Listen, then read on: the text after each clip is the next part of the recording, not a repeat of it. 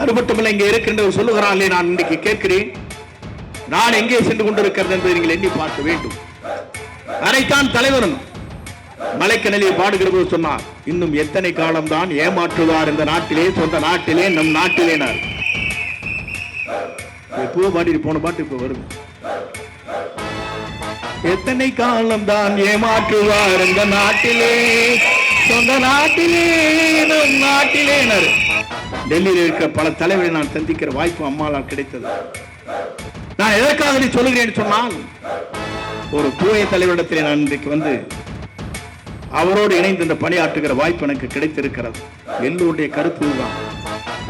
ஆண்டவர்கள் போதும் ஆண்டு கொண்டிருப்பவரும் சரியாக இல்லை என்பதுதான் தமிழ்நாட்டு மக்களுடைய நிலை.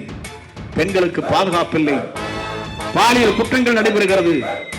இங்கே குழந்தைகள் கூட நடமாட முடியாமல் தடுமாறி கொண்டிருக்கிற, பள்ளிக்கு செல்கிற குழந்தைகள் கூட போதைப் பொருட்கள் கிடைக்கிறது. மே மாதம் தேர்தல் முடிவு அறிவிக்கின்ற போது அவர்தான் தமிழ்நாட்டின் நிரந்தர முதலமைச்சர் என்ற வரலாற்றை படைக்கிற போதுதான் அது உருவாகும்.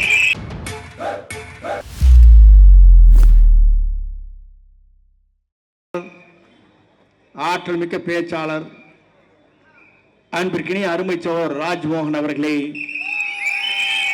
சிறந்த நிகழ்ச்சியிலே கலந்து கொண்டிருக்கிற முனிவேல் அவர்களே, வினோத்குமார் அவர்களே, மைக்கேல் அவர்களே, ரமேஷ் அவர்களே, தினேஷ்குமார் அவர்களே, இந்த நல்ல நிகழ்ச்சியிலே கலந்து கொண்டு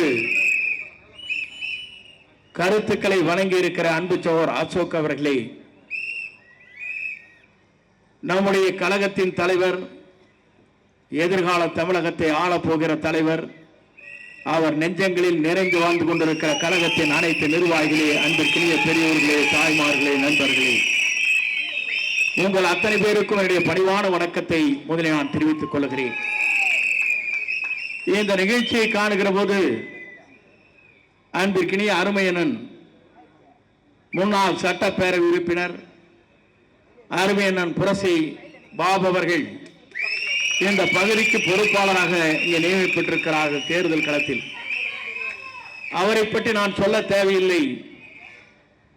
அவர் பொறுப்பாளர் என்று சொன்னாலே மற்றவர்களுக்கு சும்மா சொப்பனமாக விளங்கிக் கொண்டிருப்பவர் என்பதை நான் அறிவேன். என்னோடு பயணம் செய்து வரவர். ஆகவே அவரை பற்றி நான் கருத்துக்கள் சொல்வதை காட்டிலும் அன்பு சோர் தனிகா அவர்களை பற்றி சொல்லுகிற போது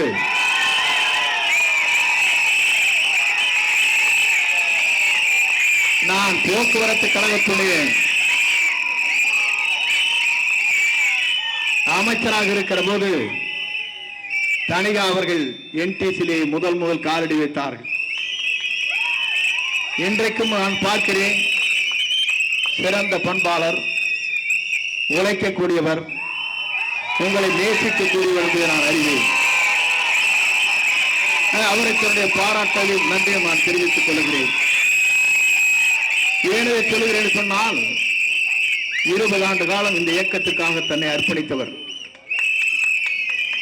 நாங்கள் எல்லாம் இப்போது உங்களோடு இணைந்திருக்கிறோம். ஏனென்று சொன்னால், புரட்சி தலைவரோடு 1972 எங்கள் பயணங்களை துவங்கினோம். 77 26 வயதிலே சட்டமன்ற உறுப்பினராக நான் தேர்ந்தெடுக்கப்பட்டேன். 9 முறை சட்டமன்ற உறுப்பினராக பவனி வருகிற போது ஒரே மணித்துளி என்னை தூக்கி எறிந்து விட்டார்கள். தாக்கி பிடித்தவர் தான் நம்முடைய தளபதி என்பதை நான் அறிவேன். ஏன் இதை சொல்லுகிறேன் சொன்னால், அடையாளம் தெரியாதவர்களை அடையாளம் காட்டி என்னை எப்படி பயணப்படுத்தினார்கள் என்பது நம்ம அறிவோம். இங்கே அன்பிற்கினிய சகோதரர் இங்கே சொல்லுகிற போது சொன்னார்கள், நம்முடைய ஆதவ அர்ஜுனை பற்றி சொன்னார்கள். என்னை பொறுத்தவரையிலும் தலை சிறந்த தலைவராக திரைப்படத்தில் விளங்கியவர் போற்றல்குரிய ரஜினி அவர்கள். நான் அவரை பற்றி சொல்ல வேண்டும் என்று சொன்னால், 2019 நான் கல்வித்துறையில் பல்வேறு மாற்றங்களை உருவாக்குற போது அவர் ஒரே வரியை சொன்னார், தமிழ்நாட்டில் சிறந்த கல்வித்துறை அமைச்சர் என்று பாராட்டினார். நான் எதற்காக இதை சொல்லுகிறேன் சொன்னால், திறந்த மனது அவரிடத்திலே இருக்கிறது, மனிதநேயம் அவரிடத்திலே இருக்கிறது, நேர்மையை பாராட்டுகிற சக்தி அவரிடத்திலே இருக்கிறது என்பதை என்னால் காண முடிந்தது. அப்படிப்பட்ட தலைவரை பற்றி இங்கே சில பேர் சில கருத்துக்களை சொல்லிக் கொண்டிருக்கிறார். எங்களை பொறுத்தவரையிலும் போற்றக்கூடியவர், பாராட்டக்கூடியவர், வாழ்த்தக்கூடியவர் என்பதை நான் இந்த நேரத்திலே தெரிவித்துக் கொள்கிறேன். நான் அதற்கு மேலே ஒன்றை சொல்ல வேண்டும் என்று சொன்னால், எல்லோரும் இன்றைக்கு நினைக்கிறார்கள், நாளை தமிழகத்தை ஆளப்போவர் யார்? நாளை தமிழகத்தில் உங்களால் ஆளப்போகின்றவரால் நம்முடைய தளபதி என்பதை நான் நாட்டு மக்கள் அண்டவேரும் உணர்ந்து கொண்டிருக்கிறார். நாளை சொல்வதற்கு காரணம், எல்லோரும் சொன்னார்கள், கூட்டணி இல்லையே, நீங்கள் என்ன செய்ய போகிறீர்கள் என்று கேட்டார்கள்.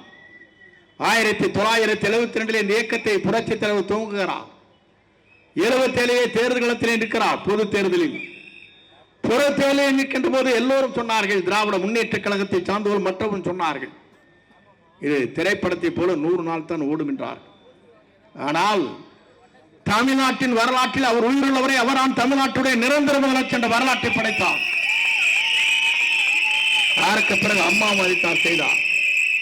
இன்றைக்கு சில பேர் சொல்லுகிறார்கள், நாளை தமிழகத்தை ஆளப்போவது நம்முடைய தளபதியை தவிர எவராலும் முடியாது என்ற வரலாற்றை நாம் படைப்போம்.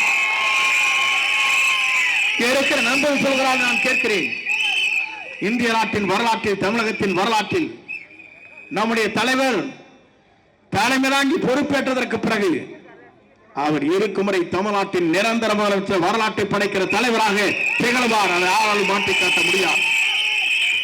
நான் எதற்காக சொல்லுவேன் சொன்னால், ஆண்டவர்கள் ஆண்டு கொண்டிருப்பவர்கள் ஒரு தூய்மையான ஆட்சியை தமிழகத்திலே தர வேண்டும் என்பதுதான் அவருடைய லட்சிய பயணமாக இருந்து கொண்டிருக்கிறது. இந்த லட்சிய பயணம் எப்படி நாட்டு மக்கள் என்று கேட்டுக் கொண்டிருக்கிறார் என்று சொன்னால், இந்திய நாட்டின் வரலாற்றில், தமிழகத்தின் வரலாற்றில் ஒரு தூய்மையான ஆட்சி நடைபெற வேண்டும் என்பதுதான் நம்முடைய ஆசை. ஆனால் அதே நேரத்தில் நாம் எண்ணி பார்க்கிறோம், தலைவரை பார்க்கிறோம், அம்மாவை பார்க்கிறோம். நான் இன்றைக்கு தளபதியை காணுகிறேன். நான் இன்றைக்கு சொல்வதற்கு காரணம், எத்தனையோ தலைவரிடத்திலே நான் பழகி இருக்கிறேன். நான் உங்களிடத்தை ஒன்றை சொல்ல விரும்புகிறேன், அவருடைய மனிதனையும் எப்படி இருக்கிறது என்பதற்கு. நான் அம்மா படத்தை தான் வைத்துக் கொண்டிருக்கிறேன்.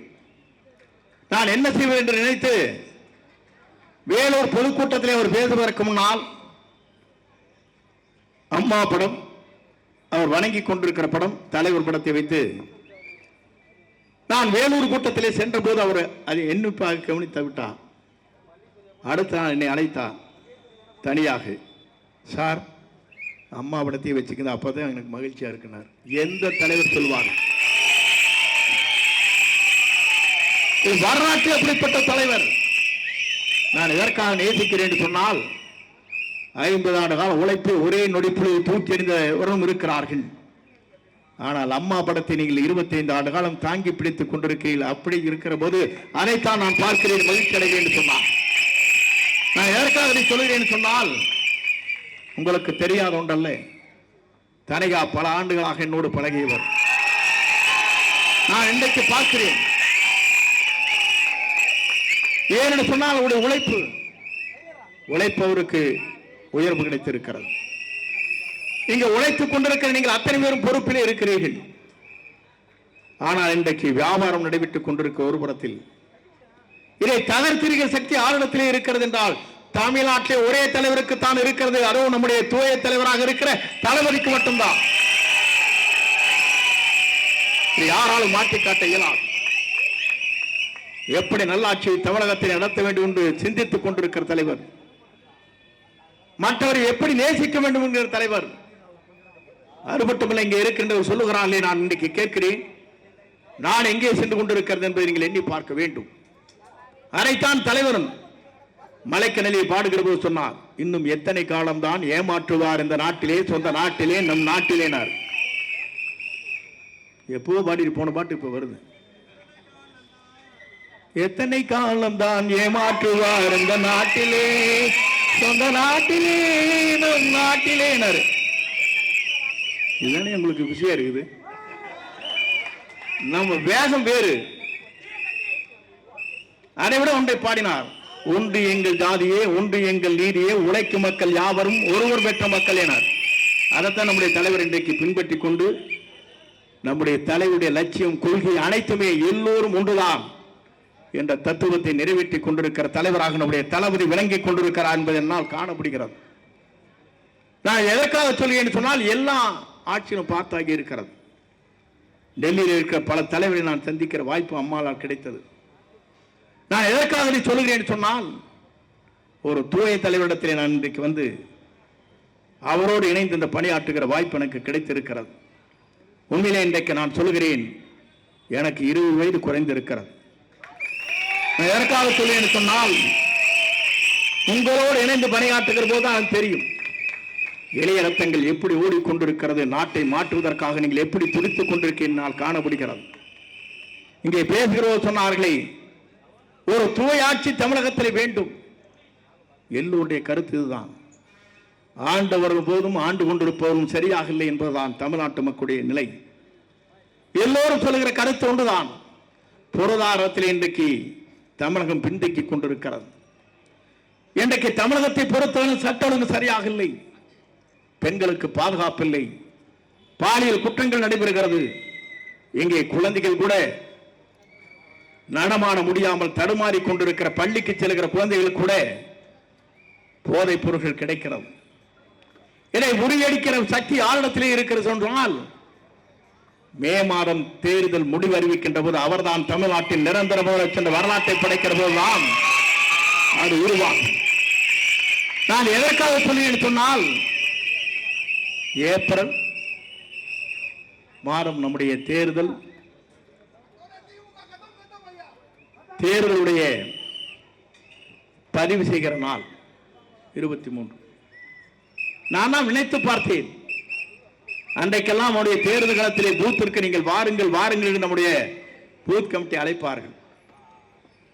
சலிச்சு போய் 6:30 மணி 7 மணிக்கு வந்து நிற்பாங்க கியூல. ஆனால் இன்றைக்கு நிலையை பார்க்கின்ற போது 4 மணிக்கே நீங்க போய் 10 மணிக்குள்ள ரிசல்ட் போட்டு வந்துருவீங்க. அதுதான் நடக்க போகுது. தளபதி தான் வெற்றி பெற்றார் என்ற வரலாறு 10 மணிக்குள்ள முடிஞ்சது. கவுண்டிங் வேண்டியதில்லை, கவுண்டிங் பண்ண வேண்டிய வேலை இல்லை. மே மாதம் கவுண்டிங் வேலையும் கிடையாது. 10 மணிக்குள்ள ரிசல்ட் நமக்கு தெரிஞ்சிரு.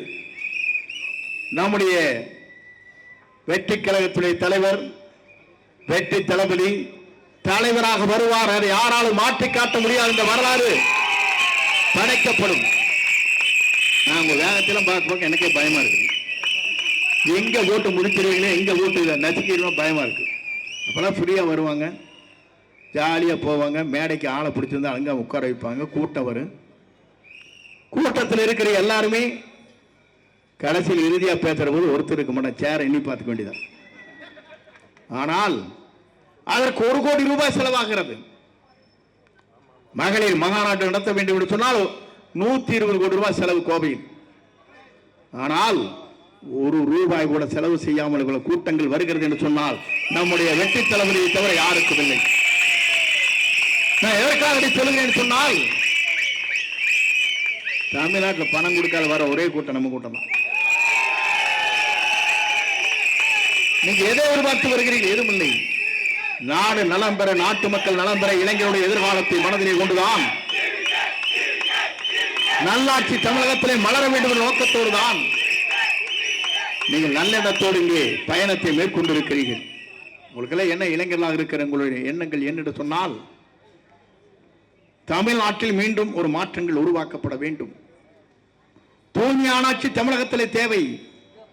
படித்த இளைஞர்களுக்கு வேலை வாய்ப்பு உத்தரவாதம் கிடைக்கப்பட வேண்டும். சாலைகள் மேம்படுத்தப்பட வேண்டும். நான் ஒன்றை சொல்கிறேன், இந்த ஆட்சி மாற்றங்களுக்கு பிறகு ஒரு பாட்டில் தண்ணி 15 ரூபாய்க்கு விற்கிறதா. மேலை நாடுகளே போய் பார்த்தால் தெரியும், எங்க டேப்பு திருப்பினா தண்ணி குடிக்கலாம். அவ்வளவு சுற்றுச்சூழல் பாதிக்கப்படுகிறது. இதையெல்லாம் மாற்றி காட்டுகிற தலைவராக நம்முடைய தலைவர் வருவார்.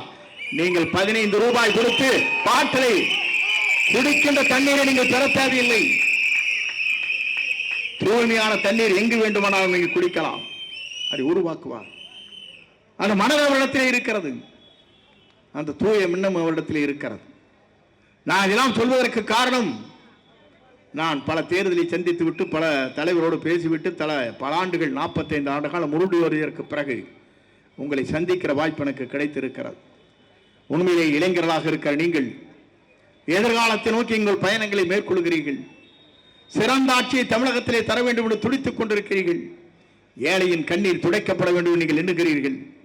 ஏழையின் கண்ணீர் மட்டுமல்ல, பெண்களுக்கு முழு பாதுகாப்பு அளிக்கப்பட வேண்டும் என்று கருதுகிறீர்கள். நானே குறிப்பிடுவதற்கு காரணம், சுதந்திரம் பெற்றவுடனே அண்ணல் காந்தி ஒன்றை சொன்னார். ஒரு பெண் நல்லவளே நகை அணிந்துவிட்டு நல்லறவில் நடந்து செல்கிற போது அந்த பெண்ணிற்கு எப்படி பாதுகாப்பு இருக்கிறதோ, அன்றைக்கு தான் கெட்ட சுதந்திரம் முழுமையாக பெற்றிருக்கிறது அந்த காந்தி சொன்னாரே. இந்த பெற்ற சுதந்திரத்தை மீண்டும் தமிழ்நாட்டில் எழுப்பி காட்டக்கூடிய ஒரே தலைவர் நம்முடைய வெற்றி தலைவரை தவிர எவராலும் முடியாது என்ற வரலாற்றை நான் படைப்போம். பட்டன் வச்சிருப்போம், டச் பண்ணா போது 5 நிமிஷம் வந்துருவாங்க. இவங்க என்ன வச்சிருக்காங்க? பட்டன் வச்சிருக்காங்க. அவன் தூக்கிட்டு போய் 3 நாள் கழிச்சு விடுறான். எவ்வளவு எண்ணங்கள், தூய்மையான எண்ணங்கள் நீங்கள் நினைத்து பார்க்க வேண்டும். ஒவ்வொரு வாகனத்தையும் பட்டன் இருக்க, டச் பண்ண போது 5 நிமிடத்தில் அங்கே பாதுகாப்பு அளிப்பதற்கு தனிப்படை அமைக்கப்படுவது நேரடியாக என்னுடைய கண்காணிப்பில் இருக்கும். பெண்களுக்கு முழு பாதுகாப்பு அளிக்கப்படும் என்று சொன்ன ஒரே தலைவர் நம்முடைய தலைவர் என்பதை நீங்கள் மறந்துவிடக் கூடாது. நாம் எல்லாரும் சொல்றோம், தூய்மையான ஆட்சி தமிழகத்திலே கொண்டு வருவோம் என்று சொன்னால் எப்படி கொண்டு வருவீங்க, எப்படி கொண்டு வருவீங்க, ஆளுக்காள் பேசுறாங்க. நம்மை தாக்குவது யார் என்று சொன்னால் 23 கட்சிகள் நம்மை தாக்கி கொண்டிருக்கிறது. நம்ம ஒருவரை பற்றி என்ன காரணம்?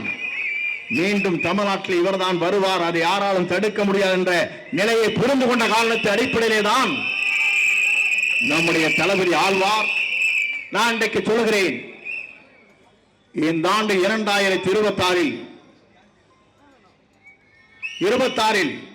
நான் உங்களுக்கு ஒன்றை குறிப்பிட விரும்புகிறேன். தேசிய கொடியை ஏற்றி வைப்பவர் நம்முடைய தளபதி மட்டும் தானே தவிர யாரும் இல்லை என்பதை குறிப்பிட்டு காட்டி உங்களை வாழ்க்கை விடைபெறுகிறேன். நன்றி, வணக்கம்.